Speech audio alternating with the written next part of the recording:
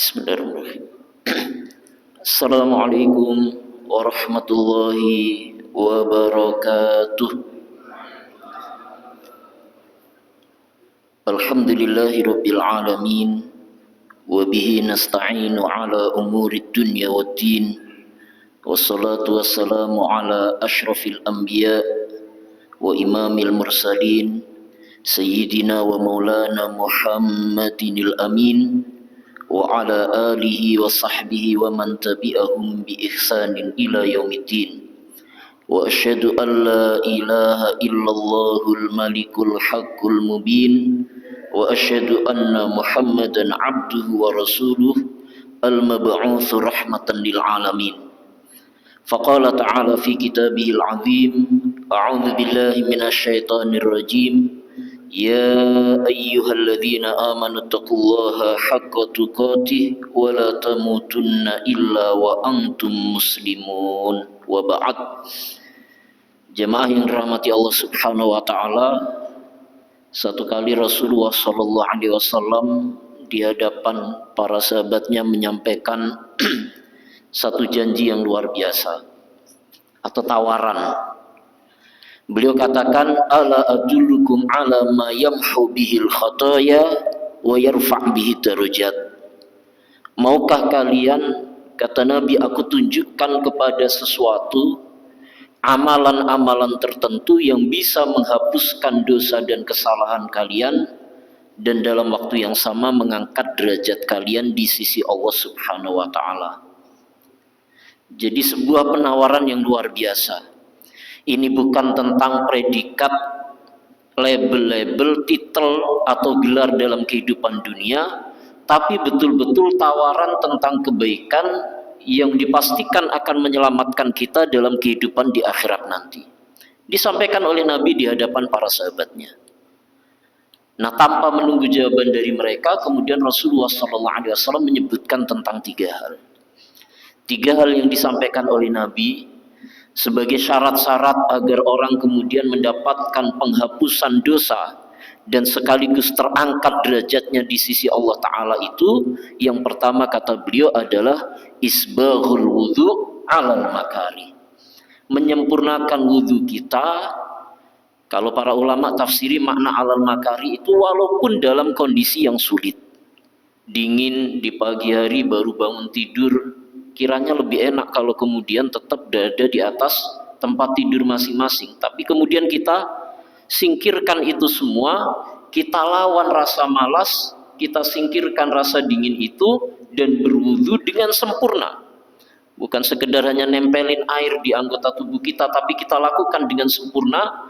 Maka Rasulullah sampaikan itu adalah salah satu jalan agar kita mendapatkan penghapusan dosa dan bahkan kemudian diangkat derajat di sisi Allah Subhanahu wa taala. Isbaghul wudhu alal makari. Yang kedua yang disampaikan Nabi, wa kasratul khuta ilal masajid.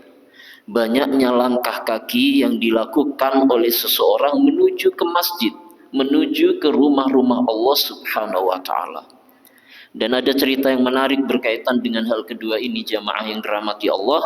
Ketika satu keluarga besar Bani Salamah, konon dalam riwayatnya awalnya mereka tinggal di tempat yang jauh dari Masjid Nabawi. Tiba di satu kesempatan mereka mendapati satu lahan kosong yang tidak jauh dari Masjid Nabi. Minta izinlah mereka kepada Nabi. Ya Rasulullah, sekiranya diizinkan kami akan pindah tempat, pindah rumah ke lokasi yang lebih dekat dengan masjidmu. Barangkali itu akan membuat kami lebih sering dan lebih rajin beribadah di masjidmu. Di luar dugaan, jawaban Rasulullah SAW justru berbeda, tidak sesuai dengan keinginan mereka. Kata beliau, Bani Salamata alaikum diyarukum tuktab atharukum. Wahai Bani Salamah, hendaknya kalian tetap di tempat tinggal kalian hari ini. Diulangi oleh Rasulullah 2 kali, tuktab atharukum. Karena sebanyak langkah kaki kalian menuju ke masjid, sebanyak itu pula Allah hapus kesalahan kalian, dan sebanyak itu juga Allah angkat derajat kalian di sisi Allah Subhanahu wa taala. Maka syarat kedua yang disampaikan oleh Nabi adalah langkah-langkah kaki yang dilakukan oleh seseorang dalam rangka menuju ke masjid, dalam rangka beribadah kepada Allah Subhanahu wa taala. Bahkan jamaah, ada para ulama yang menafsiri, kalaupun kemudian tempat tinggalnya terlalu jauh, sekiranya kemudian harus menggunakan kendaraan, maka kalau bisa, kata mereka, parkir kendaraan itu agak jauh, agar fadilah keutamaan langkah kaki itu tetap kita dapatkan. Jadi barangkali karena ini punya halaman jauh, mungkin parkirnya agak jauh, tapi pastinya yang terjaga. Nah, yang ketiga yang disampaikan oleh Nabi adalah wa kasratul khuta ilal masajid wa intidharus sholati ba'da sholah, yaitu menunggu dari satu waktu sholat ke sholat berikutnya. Wallahu alam sebelumnya, tapi saya memahami makna ini bukan sekedar menunggu secara fisik, duduk-duduk, bukan, tapi termasuk ketika perasaan kita, hati kita antara satu waktu sholat dengan sholat berikutnya itu tidak menjadi beban. Kan banyak orang-orang yang begitu datang waktu sholat, azan berkumandang, rasa-rasanya berat sekali. Sholat lagi katanya. Tapi makna intidharus sholat adalah mereka yang seakan menjadikan hidupnya sebenarnya dari waktu sholat ke sholat berikutnya. Adapun di sela-sela itu adalah amalan-amalan sampingan, aktivitas sampingan, tapi inti dari kehidupan mereka adalah peribadatan kepada Allah dalam bentuk sholat. Nah, maksud saya yang luar biasa, kehadiran kita di masjid pagi hari ini saya kira memenuhi 3 hal itu. Kita awali dengan wudhu, dengan sempurna, dengan membasuh anggota-anggotanya sebagaimana disebut dalam ayat Al-Quran dan oleh Rasulullah SAW dalam hadisnya. Kita langkahkan kaki kita menuju ke masjid yang kita cintai ini, dan insya Allah kita pun kemudian merelakan sebagian di antara waktu kita menunggu sholat dengan penuh pengharapan akan mendapatkan kebaikan dari Allah Subhanahu wa taala. Maka mudah-mudahan ini cukup menjadi alasan bagi kita untuk mensyukuri nikmat-nikmat Allah. Di antaranya adalah yang paling dekat justru nikmat kehadiran kita di kesempatan pagi hari ini. Salawat beriring salam mudah-mudahan senantiasa kita aturkan pada teladan terbaik kita, Rasul kita Muhammad Sallallahu Alaihi Wasallam, yang insya Allah kita nantikan syafaatnya di yaumul akhir nanti.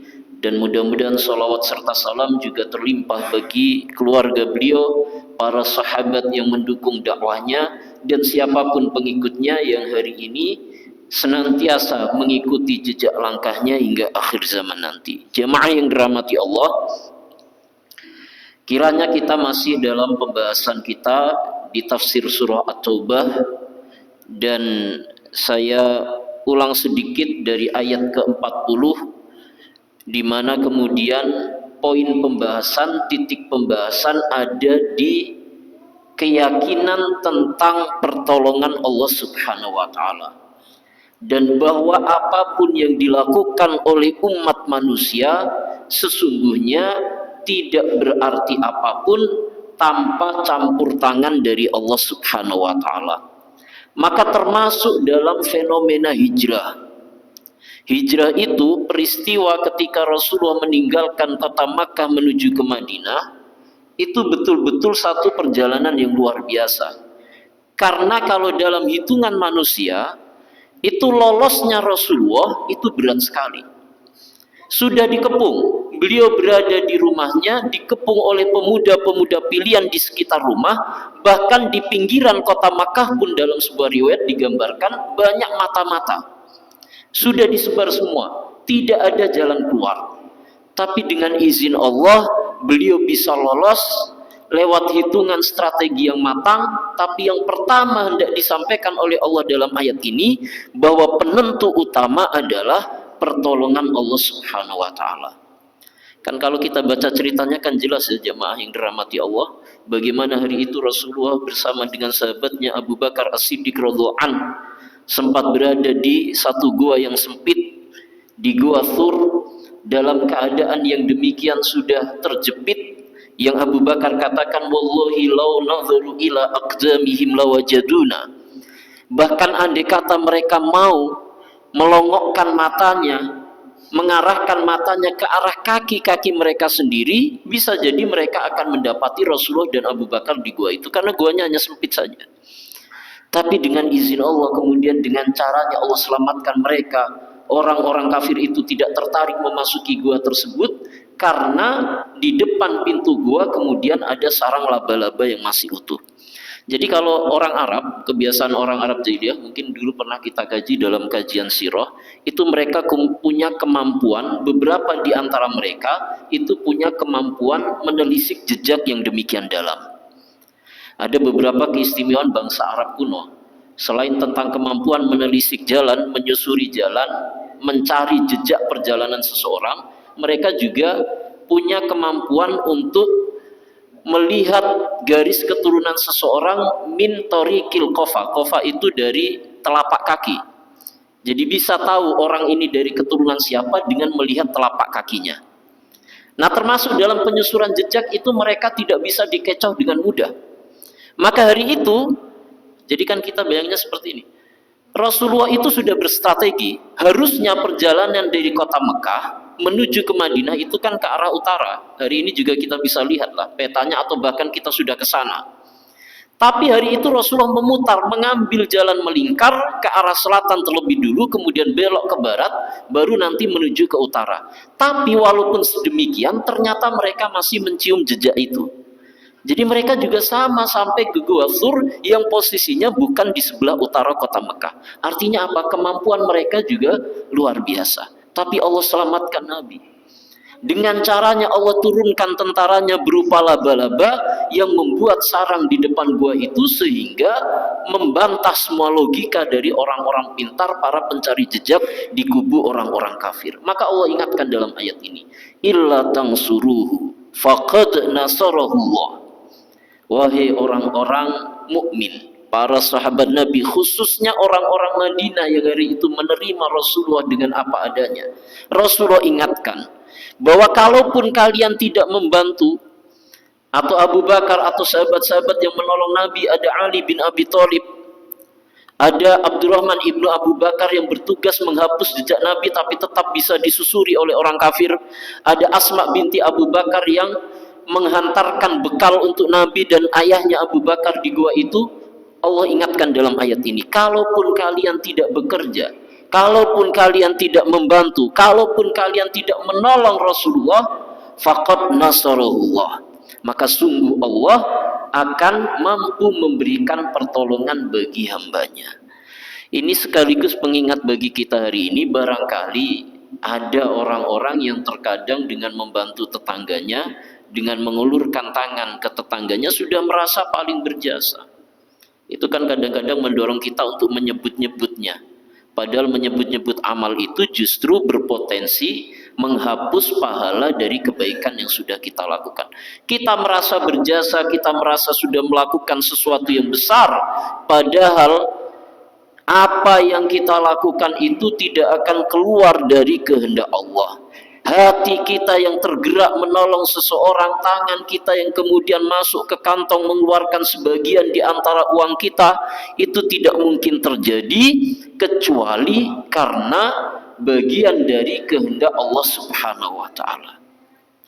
Maka Allah Subhanahu wa taala, saya memberikan makna lebih luas sebagaimana dalam kaidah tafsir, al-ibratu bi umumil lafzi la bi khususis sabab. Jadi pelajaran dari sebuah ayat itu tidak hanya terbatas hanya dengan konteks peristiwa di mana ayat itu turun. Ayat ini kan kaitannya dengan peristiwa peperangan di zaman Nabi. Tapi ayat itu bisa dibawa lebih umum, termasuk kondisi kita hari ini.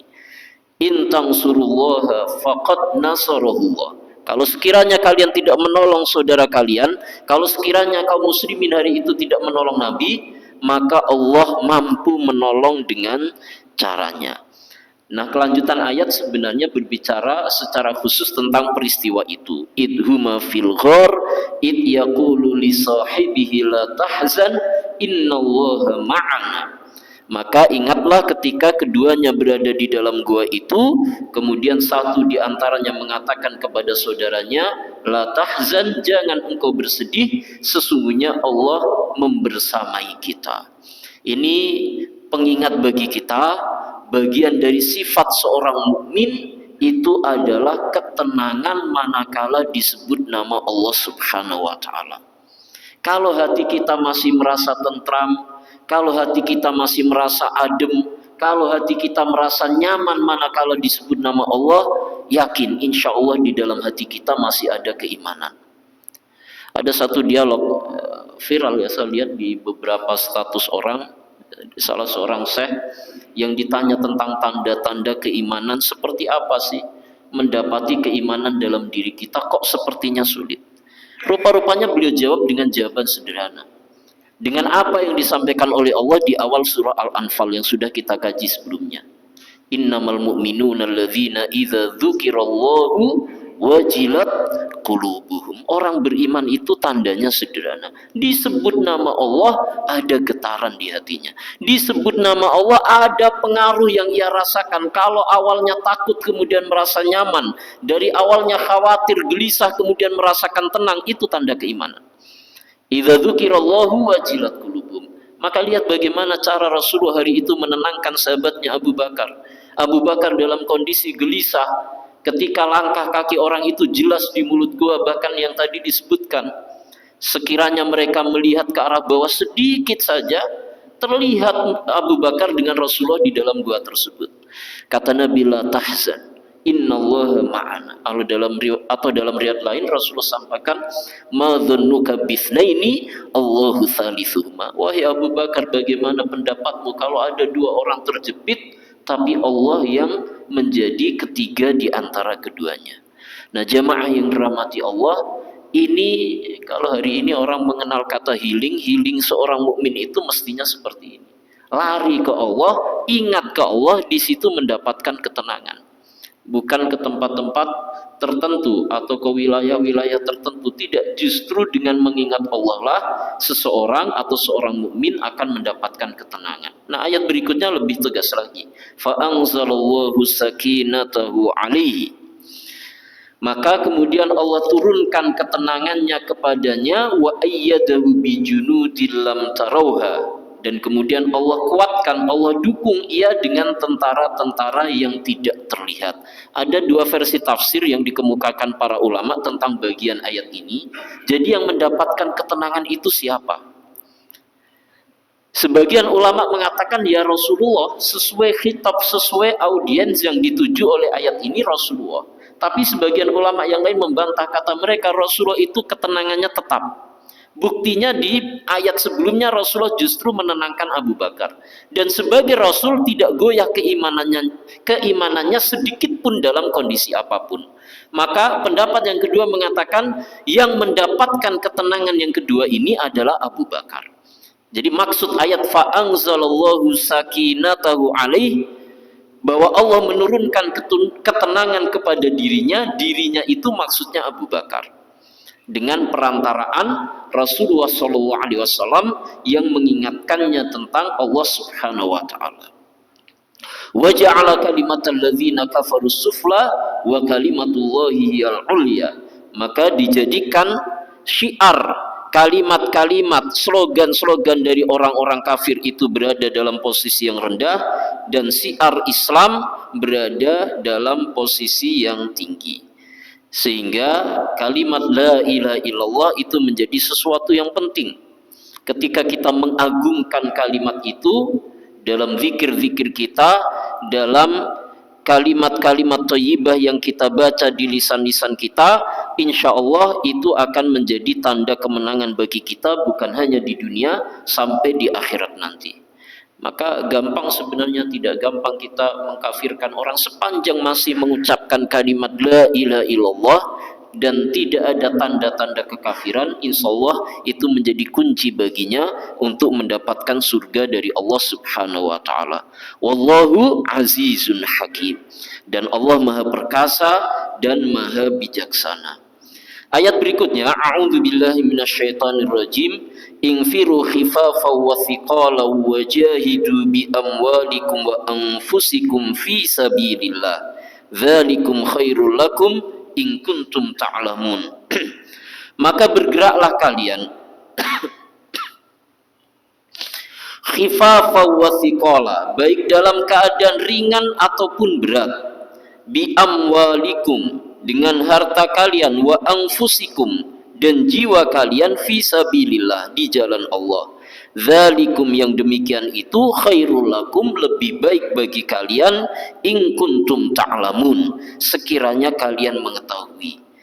Sekali lagi, saya mengikut kepada kaidah bahwa makna ayat tidak terbatas pada konteks ayat itu diturunkan. Kalau kita bicara konteks ayat ini diturunkan dalam peristiwa Perang Tabuk yang kondisinya sulit. Rasulullah menggerakkan para sahabat dalam kondisi panas terik yang luar biasa. Jarak antara kota Madinah dengan medan Perang Tabuk itu demikian jauh. Tidak ada kendaraan, tidak ada simpanan, karena bahkan ketika itu kaum muslimin dalam keadaan paceklik panjang. Tapi perintah itu harus dilaksanakan. Maka lihat bagaimana Allah menantang kita. Kalau memang benar keimanan kita, Allah katakan infiru khifafa wa thiqala, bergeraklah, bangkitlah, lakukan ibadah baik dalam keadaan ringan ataupun dalam keadaan berat. Bahkan kalaupun mengorbankan harta atau jiwa kalian. Nah, ada beberapa riwayat yang kiranya kemudian bisa memberikan gambaran kepada kita tentang bagaimana para sahabat menghadapi ayat ini. Diceritakan tentang seorang laki-laki bernama Abi Tolha. Abu Tolha itu nama yang sering disebut dan saya belum mendapatkan referensi. Maksudnya saya curiga jangan-jangan ini beberapa orang dengan nama yang sama, karena sering disebut dalam beberapa peristiwa yang berbeda. Di sini disebutkan juga tentang cerita Abu Tolha, seorang laki-laki kahulan. Beliau mengatakan makna ayat itu kuhulan syubbanan, bahwa makna dari khifafa wa thiqala, dalam keadaan ringan ataupun berat itu baik dalam keadaan kalian masih muda ataupun ketika kalian sudah tua. Tidak dibedakan. Rajin ibadah, rajin ke masjid, itu baik muda ataupun tua. Kalau konteks ayat ini kan menggambarkan kalau muda itu mestinya ringan, kalau tua menjadi berat. Tapi sebagaimana tuntutan untuk orang muda, yang tua pun tetap diperintahkan untuk ke masjid. Tapi di kita kadang-kadang agak berbeda, justru kalau yang agak tua rajinan, tapi waktu mudanya malah lalai, masih belum merasa perlu ke masjid. Nah, ayat ini tidak memisahkan khifafan wa thiqala. Kata penghubungnya itu huruf waw, maknanya dan, bukan pilihan. Bukan memilih waktu muda, waktu tua, atau memilih waktu sempit atau waktu lapang, tidak. Tapi baik dalam keadaan sempit atau lapang, ringan atau berat, tua atau muda, semuanya punya kewajiban yang sama. Nah, riwayat yang berikutnya, ini yang saya maksud tadi sebenarnya, adalah riwayat tentang seorang laki-laki bernama Abu Tolha. Ketika diturunkan ayat ini, orang ini usianya sudah tua. Turun ayat yang konteksnya adalah mengajak berperang. Padahal ketika itu usia beliau sudah sepuh. Tapi ayatnya mengatakan infiru khifafa wa thiqala. Bergeraklah, bangkitlah kalian baik dalam keadaan ringan ataupun sempit. Maka dikatakan fa'ara rabbana istaghfarna syuyukhan wa syubbanan. Jahizuni ya bunai. Maka ketika beliau mendengar ayat ini, dia kemudian katakan, lihat bagaimana wahai anak-anakku, Allah perintahkan kepada kita untuk bergerak baik dalam keadaan muda ataupun tua, baik dalam keadaan ringan ataupun berat. Maka siapkan barang-barang bagiku untuk berperang. Jadi usianya sudah sepuh, tapi dia justru minta anaknya menyiapkan perlengkapan perang karena dia akan berangkat. Faqala banuhu, maka apa yang kemudian dikatakan oleh anaknya, mereka sama mengatakan yarhamukallah, mudah-mudahan Allah turunkan rahmatmu kepadamu wahai ayah kami. Qad ghazawta ma'ar rasuli sallallahu alaihi wasallam hatta mat, wa ma'a Abi Bakar hatta mat, wa ma'a Umar hatta mat, fanahnu nagzu minka, fanahnu nazku angka. Jadi maaf, ceritanya ini cerita setelah lama ayat ini diturunkan dalam satu peperangan. Karena mengingat ayat ini, laki-laki ini hendak berangkat perang dan minta kepada anaknya untuk menyiapkan perlengkapannya. Kata anaknya, wahai ayahku, dulu di zaman Rasulullah masih hidup, engkau telah berperang dengan sekian banyak peperangan sampai Rasulullah meninggal. Setelah itu digantikan oleh Abu Bakar, engkau pun membersamai Abu Bakar dalam sekian banyak perjuangan sampai Abu Bakar meninggal. Setelah itu digantikan oleh Umar, engkau pun tetap membersamai Umar dalam banyak peperangan sampai kemudian Umar meninggal. Maka izinkan hari ini kami anak-anakmu yang akan menggantikanmu. Itu kata-kata dari anaknya, karena memang orangnya sudah tua sekali. Tapi lihat bagaimana kemudian jawaban dari laki-laki ini. Fa'aba, beliau kemudian membacakan kembali ayat ini, ingfiru khifafa wa thiqala, dan menolak keinginan dari anak-anaknya. Maka ia terjun dalam pasukan yang diriwayatkan ketika itu pasukan ini harus menyeberangi lautan, naik ke perahu sampai kemudian ia meninggal dunia. Dan ketika ia meninggal di tengah lautan, tidak didapati tempat untuk menguburkannya kecuali ketika tiba di daratan dalam jarak sekira 9 hari. Nah, yang menarik dalam riwayatnya, sama sekali tidak ada bau yang busuk atau bau yang menyengat dari jenazah laki-laki ini. Sudah 9 hari meninggal sampai kemudian diketemukan daratan untuk menguburkannya.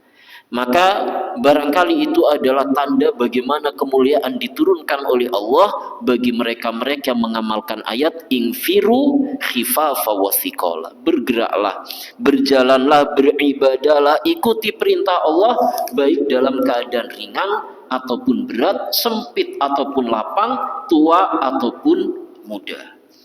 Nah, riwayat yang lain mengatakan, jadi kalau maknanya sama, seluruh para ulama memberikan tafsir yang sama.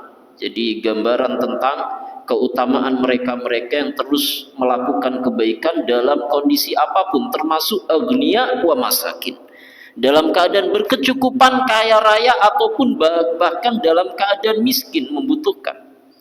Maka ayat ini sebenarnya senada dengan apa yang disampaikan oleh Allah dalam surah Ali Imran ketika Allah membahas tentang karakter dari orang-orang yang bertakwa. Apa yang digambarkan oleh Allah ayat 134, alladzina yunfikuna fis-sarra'i wadh-dharra. Orang-orang yang tetap mau berinfak, mengeluarkan hartanya baik di kala lapang ataupun sempit. Kalau infak pada saat duitnya banyak mah gampang. Tapi mau berinfak bahkan dalam keadaan yang berkekurangan, itu yang luar biasa. Dalam keadaan ia butuh tapi ia masih mau berbagi dengan orang lain, itu yang membuat amalnya itu menjadi sesuatu yang istimewa. Atau sebagian ulama yang lain mengatakan maknanya rubbanan wa musyatan. Kalau dalam kondisi peperangan, baik perang itu dilakukan dengan berkendaraan ataupun jalan kaki karena tidak memiliki kendaraan untuk berperang. Kalau itu tetap dilakukan, maka mereka-mereka itulah yang mendapatkan keutamaan sebagaimana dalam ayat ini. Ada sebagian ulama yang mengatakan ayat ini diturunkan berkaitan dengan seorang sahabat namanya Miqdad ibnul Aswad. Sudah sepuh, ikut berperang. Miqdad itu kalau kita ingat dalam riwayat perang Badar, beliau adalah pemimpin sayap kanan dalam pasukan Rasulullah di perang Badar tahun kedua Hijriah ketika Rasulullah masih hidup. Beberapa tahun atau beberapa belasan tahun kemudian, laki-laki ini masih ada. Dalam keadaan tua dia tetap kemudian ikut berperang dengan membacakan ayat ini, sampai kemudian diingatkan dengan ayat lain. Nanti dalam ayat 91 Allah menggambarkan laisa 'alal du'afa'i wala 'alal mardhu wala 'alal ladzina la yajiduna ma yunfikuna harajun idza nasahullaha wa rasulah. Maka tidak ada dosa bagi orang-orang yang sudah lemah atau dalam keadaan sakit atau mereka-mereka memang tidak punya apa-apa lagi sekiranya kemudian mereka tidak berinfak. Jadi maksudnya kalau agama sebenarnya tidak memberatkan, hanya semangat orang-orang inilah yang kemudian kadang-kadang membuat mereka tidak mau kemudian undur diri bahkan walaupun mereka dalam keadaan berkekurangan. Demikian pula riwayat ini juga dikatakan berkaitan dengan seorang laki-laki bernama Abu Ayyub yang juga merupakan sahabat Nabi yang ikut dalam berbagai peperangan, tapi kemudian ia sampai tua masih kemudian ingin ikut berjuang bersama orang-orang yang ada hari itu. Kemudian riwayat lain yang mengatakan wafaitu al-Miqdad ibnul Aswad farisur Rasuli sallallahu alaihi wasallam jalisan ala tabut min tawabiti soyari fa bihimis wa qad fadhala anha min azamatin yuridul ghuswa faqultu lahu qad a'dzarallahu ilaik faqala atat alaina suratul taubah atau suratul bu'ats. Aku ketemu dengan seorang laki-laki namanya Miqdad ibnul Aswad, kata periwayat ini. Yang dimaksud itu pahlawan Nabi tadi, sahabat Nabi yang sudah ikut dari masa perang Badar. Lagi duduk-duduk di atas peti karena usianya sudah sepuh. Kemudian ketika itu terjadi peperangan, kami katakan kepadanya, sudahlah, tidak usah engkau berperang. Engkau sudah banyak berperang di hari-hari sebelumnya. Engkau sudah memiliki keutamaan dibandingkan kami. Faddalallahu anna. Banyak keutamaan yang kau miliki dibandingkan kami. Sudahlah, engkau duduk saja hari ini. Engkau sudah sepuh. Tapi kemudian beliau katakan, atat alaina suratul bu'ats. Bagaimana dengan ayat yang diturunkan oleh Allah yang memerintahkan kita untuk bergerak baik dalam keadaan muda ataupun tua. Dibacakan kemudian oleh beliau ayat ini, yaitu surah At-Taubah ayat 41 tadi, infiru khifafau wa thiqala. Demikian pula riwayat lain yang menggambarkan tentang seorang laki-laki, digambarkan ini orang yang sudah tua sekali sampai kemudian alisnya itu panjang berwarna putih sampai kemudian menutupi matanya. Sudah tidak bisa melihat. Ketika diingatkan untuk tidak ikut berperang, maka kemudian untuk menjawab di sini digambarkan farafa'a hajibai, sampai dia angkat itu agar bisa melihat, saking tuanya. Gambaran kondisi laki-laki ini. Tapi sekali lagi dalam keadaan yang demikian mereka tetap bersemangat untuk mengikut pada barisan kaum muslimin melakukan kebaikan karena ingat dengan ayat ini. Infiru khifafa wa thiqala. Jamaah yang dirahmati Allah, sekali lagi maknanya tentu saja tidak kemudian memberatkan karena agama kita itu Allah sampaikan dalam ayat lain wa ma ja'alallahu 'alaikum fid-dini min haraj. Allah tidak hendak menurunkan kesulitan karena mengikut agama ini. Tapi ini adalah gambaran tentang semangat yang berlebih dari mereka-mereka yang memiliki keimanan mendalam. Maka kita bisa mengukur. Sekarang bukan konteksnya perang. Hanya sekedar datang ke masjid, itu insya Allah bukan pengorbanan yang besar. Tidak ada alasan mestinya untuk berat melangkah. Baik di waktu zuhur, asar, atau subuh sekalipun, sesungguhnya itu adalah hal-hal sederhana yang masih mungkin kita lakukan dalam kondisi apapun juga. Ayatnya mengatakan infiru khifafa wa thiqala, bergeraklah. Bahkan paksa, kalau kemudian kita merasa terpaksa sekalipun, dengan terpaksa melakukan kebaikan, insya Allah lama-lama akan menjadi kebiasaan bagi diri kita. Nah, jamaah yang dirahmati Allah Subhanahu wa taala, Allah kemudian ingatkan karena ayat ini kan berkaitan dengan beberapa orang yang kondisinya sebenarnya sehat, segar bugar, tapi tidak mau ikut berperang. Allah buka aib mereka. Allah buka apa yang ada di dalam dada mereka.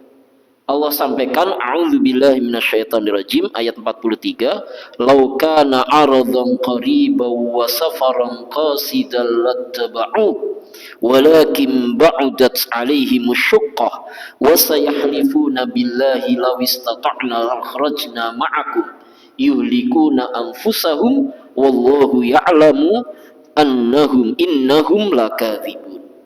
Andai kata perjalanan itu perjalanan yang dekat dan satu tempat yang terlihat posisinya tidak jauh, lattaba'u, niscaya mereka akan mengikutimu.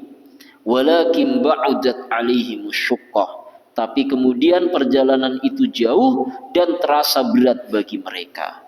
Jadi bukan karena ada uzur, kata Allah, bukan karena sakit, bukan karena rasa lelah yang berlebih, bukan karena luka yang mereka alami, bukan, tapi karena memang kondisinya jauh. Itu yang membuat mereka tidak mau mengikuti Rasulullah SAW dalam perang Tabuk ini. Ini sekali lagi rangkaian ayat ini awalnya diturunkan dalam peristiwa perang Tabuk.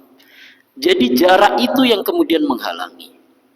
Nah, kadang-kadang barangkali juga ada mungkin di antara orang-orang hari ini yang sekedar karena tempat tinggalnya, masjidnya kemudian agak jauh, kemudian merasakan itu sebagai kendala. Padahal tidak ada kendala. Ingat cerita di awal tadi, justru Nabi perintahkan kepada Bani Salamah, jangan pindah ke tempat yang dekat.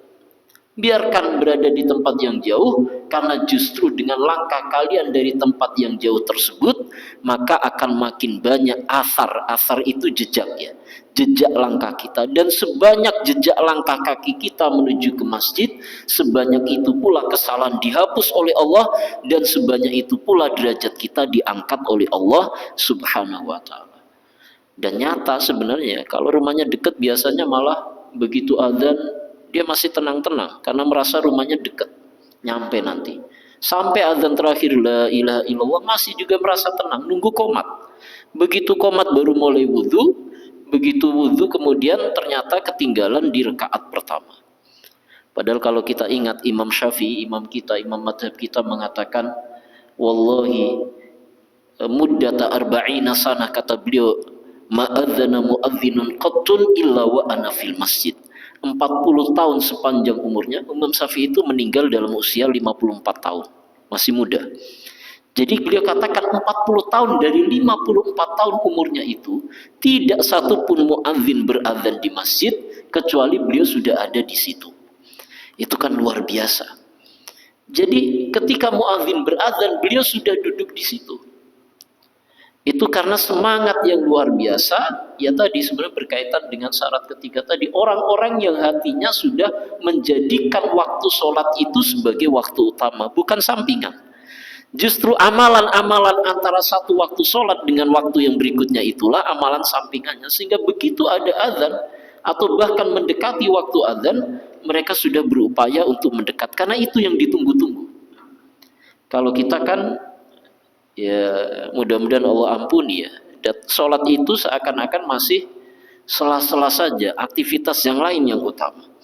Nah, kembali ke ayat ini, maka dibuka aibnya oleh Allah. Sebenarnya itu bukan masalah itu, tapi kalian merasa keberatan saja. Karena perang kali ini jauh, kalian merasa berat, dan Allah katakan, sayahlifuna billahi law istata'na la kharajna ma'akum. Nanti Muhammad, sepulang kalian dari perang, orang-orang itu akan datang. Ngapain? Sumpah. Bersumpah mengatakan, ya Rasulullah, kami kemarin tidak ikut karena A, kami tidak ikut karena sakit, kami tidak ikut karena anak sakit, kami tidak ikut karena istri sakit. Kan biasa kan, semua kalau alasan diungkapkan semua. Dan itu betul-betul terjadi. Jadi begitu Rasulullah pulang dari perang Tabuk, dalam ceritanya 80 orang menghadap beliau dengan berbagai alasan, kecuali 3 orang. 3 orang yang mengatakan, ya Rasulullah, lidah kami terlalu pandai untuk berbicara, tapi keluh ketika berhadapan denganmu. Kalau kami membuat alasan, kami adalah orang yang paling pintar membuat alasan. Tapi hari ini kami mengaku bahwa tidak ada apapun yang membuat kami tidak ikut dalam perang, kecuali karena kenyamanan tinggal bersama keluarga dan menghitung-hitung harta yang kami punya. Keterus terangan itu yang membuat mereka kemudian dihukum 40 hari tidak boleh disapa oleh satupun di antara kaum muslimin. Berat sekali. 3 orang sahabat itu adalah Ka'ab ibnu Malik, Hilal ibnu Umayyah, dan Murarah ibnu Rabi.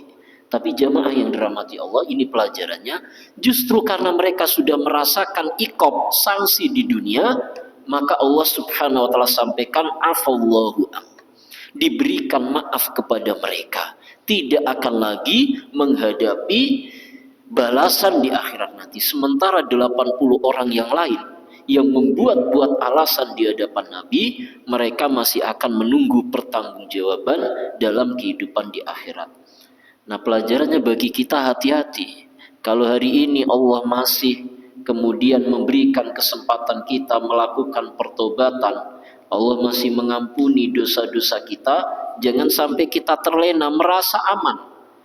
Mampu memberikan alasan itu bukan berarti aman. Itu kan hanya aman sementara dalam kehidupan dunia. Maka yang paling penting itu pertobatan. Tidak mesti mengaku, tidak mesti mengaku, kan tidak harus. Kalau mengaku baik tapi tidak ada ketentuan harus mengaku seperti 3 sahabat ini, tapi yang paling penting adalah upaya pertobatannya. Jangan lebih banyak membuat alasan untuk tidak melakukan sesuatu. Nah, ini yang digambarkan oleh Allah, dan betul dalam ceritanya, dalam riwayatnya, orang-orang itu kemudian memang mendatangi Nabi dan kemudian menyampaikan alasan-alasannya. Wallahu ya'lamu innahum lakadzibun, dan kemudian ditegaskan Allah mengetahui bahwa mereka adalah orang-orang yang bohong, yang dusta dengan alasan-alasan yang mereka sampaikan. Ayat berikutnya, a'udzubillahi minasyaitonirrajim, afallahu anka lima adzinta lahum hatta yatabayyana lakal ladzina sadaqu wa ya'lamal kadzibin wa ta'lamal kadzibin. Ayat ini unik ya, diawali dengan pernyataan maaf dari Allah, tapi setelah itu isinya celaan. Jadi Imam Ibnu Katsir mengatakan, duhe luar biasanya Allah memberikan maaf terlebih dulu, tapi tidak lupa, tidak abai untuk mengingatkan kesalahan hambanya. Dalam hal ini Rasulullah yang diingatkan oleh Allah. Afallahu anka, Allah maafkan dirimu wahai Muhammad, lima adzinta lahum. Tapi kemudian Allah bertanya, kenapa engkau izinkan mereka? Kenapa engkau terima alasan-alasan mereka yang tidak berperang? Kenapa engkau kemudian berikan kemudahan kepada mereka-mereka yang tidak mau mengikut kepada perintahmu? Jadi rupa-rupanya Allah justru menegur Rasulullah atas kemudahan yang disampaikan oleh Nabi. Hatta yatabayyana lakal ladzina shadaqu wa ta'lamal kadzibin. Seharusnya ditunggu sampai jelas yang jujur dengan alasannya, yang betul-betul punya alasan untuk tidak ikut berperang, dan mereka-mereka yang dusta. Tapi oleh Rasul semuanya dimaafkan. Maka hal itu ditegur oleh Allah, tapi Allah katakan afallah, Allah maafkan pula apa yang terjadi pada diri Rasulullah Shallallahu Alaihi Wasallam. Ini bagian dari kemurahan Allah, kasih sayang, sifat maaf dan pengampun dari Allah Subhanahu Wa Taala, tapi tetap kemudian diingatkan kesalahannya. Nah, saya kira ini bagian dari uslub tarbawi juga jamaah, cara mendidik. Jadi jangan sampai kita permisif sampai tidak mengenalkan kepada anak mana yang benar dan mana yang salah. Memaafkan itu satu hal, tapi mengenalkan kebenaran itu hal lain. Jadi jangan iya-iya saja sampai anak tidak kenal mana yang boleh, mana yang tidak, mana yang benar, mana yang keliru, mana yang harusnya diambil, mana yang tidak boleh. Tetap kenalkan kebenaran, tetap arahkan mana yang benar, mana yang salah, walaupun kalau kemudian mereka tetap keliru, sifat maaf itu tetap harus kita kedepankan. Kira-kira itu bagian dari pelajaran yang kita dapati dari ayat ini dari sisi uslub tarbawi. Maka Allah maafkan, tapi Allah tetap ingatkan, Allah tetap tegur Rasulullah dengan kesalahan beliau ketika beliau membiarkan begitu saja orang-orang beralasan tidak ikut berperang dengan berbagai komentar dan penjelasan yang mereka sampaikan ketika itu. Qalu ista'dzanu Rasulullah sallallahu alaihi wasallam fa in adzana lakum faqudu wa in lam ya'dzan lakum faqudu. Wa lihadza qala ta'ala hatta yatabayyana lakal ladzina sadaqu wa ta'lamal kadzibin. Jadi harusnya diperjelas dulu siapa orang-orang yang benar dengan alasan yang mereka kemukakan dan siapa yang kemudian keliru. Tapi ini ada mereka-mereka yang izin sedari awal tanpa jelas apakah kemudian mereka betul-betul jujur dengan apa yang mereka sampaikan, ataukah kemudian mereka justru membuat-buat alasan untuk tidak ikut dalam perang tersebut. Nah, di ayat berikutnya Allah Subhanahu wa taala menyampaikan, a'udzubillahi minasyaitonirrajim, la yasta'dzinukal ladzina yu'minuna billahi wal yaumil akhir ayyujahidu bi amwalihim wa anfusihim wallahu alimun bil muttaqin. Dan la yasta'dzinuka, tidaklah memberikan atau meminta izin kepadamu mereka-mereka yang beriman kepada Allah dan hari akhir, ayyujahidu bi amwalihim wa anfusihim wallahu alimun bil muttaqin. Ketika mereka diajak berjihad, berjuang baik dengan harta ataupun jiwanya, dan Allah Maha mengetahui orang-orang yang bertakwa. Ayat ini seharusnya menjadi pengingat bagi kita bahwa karakter dari orang-orang beriman itu, kata Allah, tidak gampang minta izin, tidak gampang mencari-cari alasan. Ada panitia pembangunan mengeluarkan edaran tentang infak yang harus dikeluarkan oleh jamaah sekian. Mereka bukan tipe orang yang gemar mencari alasan. Kalaupun kemudian memang tidak keluar, ya memang karena betul-betul tidak ada. Tapi sekiranya ada, mereka adalah orang-orang yang pertama kali mengeluarkan hartanya di jalan Allah. Ini gambarannya. La yasta'dzinuka. Jadi yang beriman itu tidak akan minta izin. Yang beriman itu tidak gampang mencari-cari argumen, membuat alasan agar mereka tidak ikut dalam kebaikan-kebaikan yang menjadi ajakanmu. Innama yasta'dzinuka alladzina la yu'minuna billahi wal yaumil akhir. Yang minta izin itu biasanya, kata Allah, tidak lain ya mereka-mereka yang memang tidak beriman kepada Allah dan hari akhir. Wartabat qulubuhum fahum fi rabbihim fahum fi raibihim yataraddadun. Dan orang-orang itu hatinya terombang-ambing, dan dalam keterombang-ambingannya itu mereka kemudian ragu-ragu dalam setiap langkahnya. Jadi tidak pasti dengan keimanannya. Maka memang yang menjadi takaran, mikyas, ukuran awal itu memang keimanan. Semakin dalam keimanan itu ada di dada seseorang, di hati seseorang, maka semakin kuat keyakinannya terhadap apapun yang menjadi perintah Allah Subhanahu wa ta'ala. Saya diceritakan tentang seorang masih muda, pebisnis muda yang punya prinsip menarik. Jadi kata dia, carilah uang sebanyak-banyaknya, tapi ambil sedikit saja. Dan itu betul-betul diterapkan, dan bisnisnya sukses. Jadi betul-betul dia nyari uang bukan untuk dirinya, ambil secukupnya. Bukan untuk bermewah-mewah, bukan untuk pamer, bukan untuk kehidupan glamor, apalagi pasang status di media, bukan.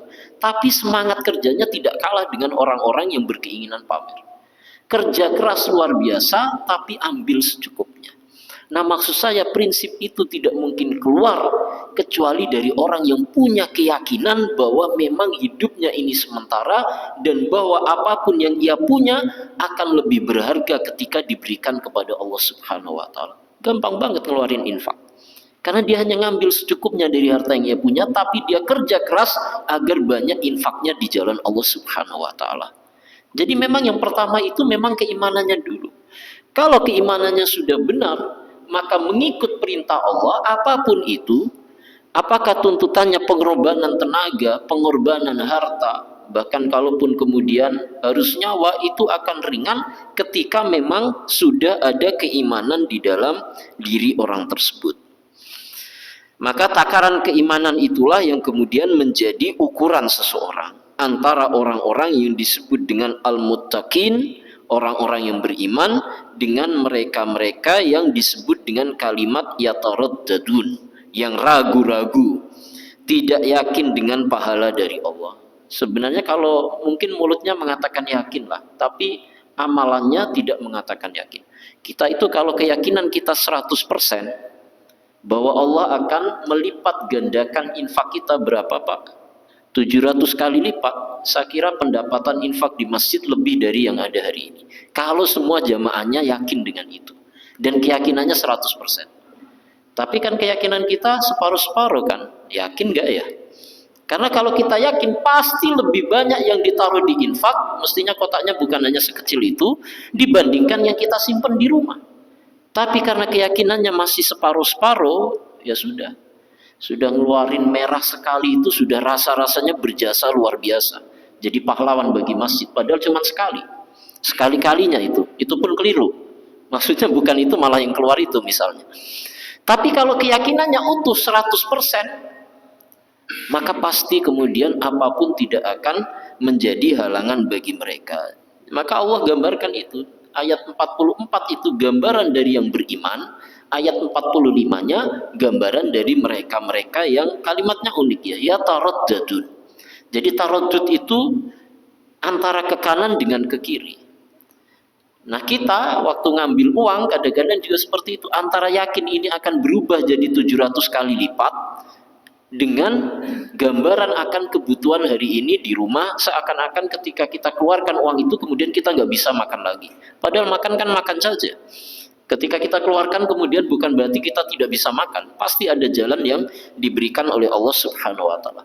Maka kalimatnya sebenarnya menggelitik ya. Allah gunakan kata yataraddad. Banyak orang yang masih ragu dengan janji-janji Allah. Banyak orang yang keyakinannya belum utuh 100% terhadap apa yang disampaikan oleh Allah Subhanahu wa taala. Nah, jamaah yang dirahmati Allah, barangkali itu ya beberapa hal yang bisa kita kaji di kesempatan pagi hari ini. Bagaimana kemudian Allah mengingatkan kita tentang banyak hal.